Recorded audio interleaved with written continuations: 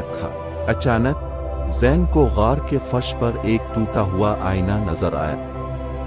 उसने फौरन आईने को उठाया और गार के दहाने से आती रोशनी को साए चूर की तरफ मोड़ा। जैसे ही रोशनी साए चूर पर पड़ी, वो चीखने लगा और कमजोर होने लगा। चोरी किए गए साए आजाद होने लगे और एक एक करके अपने मालिकों के पास वापस आने लगे। ज़ैन का अपना साया भी आहिस्ता आहिस्ता वापस आया और साए चूर मुकम्मल तौर पर तबाह हो गया। जब ज़ैन वापस गांव पहुंचा तो वो एक हीरो बन चुका था। गांव वालों ने उसे खुशी से गिले लगाया और उसकी बहादुरी को सराहा।